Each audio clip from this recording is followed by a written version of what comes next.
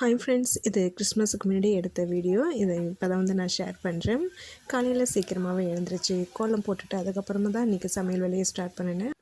Coffee குடிக்கலன்னா சுறுசுறுப்பாகவே வேலை ஆகாதுங்க. Coffee குடிச்சிட்டு தான் நான் கடகடன்னு செய்ய ஸ்டார்ட் பண்ணிவிட்டு இன்றைக்கி சமையல் வேலை கொஞ்சம் அதிகம்தான்.